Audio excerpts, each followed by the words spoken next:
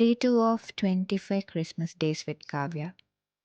എൻ്റെ ആദ്യത്തെ Christmas tree എനിക്ക് കിട്ടുന്നത് 6th സ്റ്റാൻഡേർഡിലാണ്. അന്ന് എൻ്റെ അങ്കിളാണ് എനിക്ക് അനിയത്തിക്കും ടേബിൾ ടോപ്പിൽ വെക്കുന്ന ഒരു കുഞ്ഞൻ ട്രീ മേടിച്ചു തരുന്നത്. അന്ന് ആ കുഞ്ഞൻ ട്രീ വാങ്ങിച്ച് അലങ്കരിച്ചപ്പോൾ കിട്ടിയ അത്രയും സന്തോഷം ഇനി വലിയ വലിയ ട്രീകൾ ഡെക്കറേറ്റ് ചെയ്യുമ്പോൾ പോലും കിട്ടുമോയെന്ന് എനിക്ക് ഡൗട്ടുണ്ട്.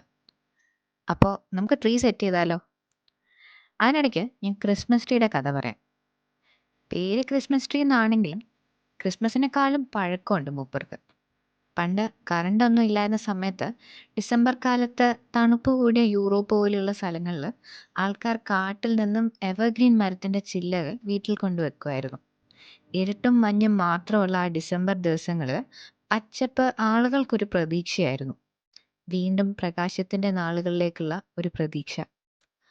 16-ാം നൂറ്റാണ്ടൊക്കെ ആയപ്പോൾ ജർമ്മനിയിലെ ചില കുടുംബങ്ങൾ ചില്ലകൾക്ക് പകരം മുഴുവൻ മരത്തിൻ്റെ തന്നെ വീട്ടിൽ കൊണ്ടുവെക്കാൻ തുടങ്ങി. അവർ ആ മരങ്ങളെ ആപ്പിളും പൈൻകോണും കുഞ്ഞൻ കാൻഡിൽസും ഒക്കെ വെച്ച് അലങ്കരിച്ചു. പതിയെ ഈ ട്രഡീഷൻ മറ്റ് രാജ്യങ്ങളിലോട്ടും വ്യാപിച്ചു. പോകുന്ന സ്ഥലത്തിൻ്റെ ജോഗ്രഫി അനുസരിച്ച് ട്രീയുടെ ഡെക്കറേഷൻ രീതിയും മാറി.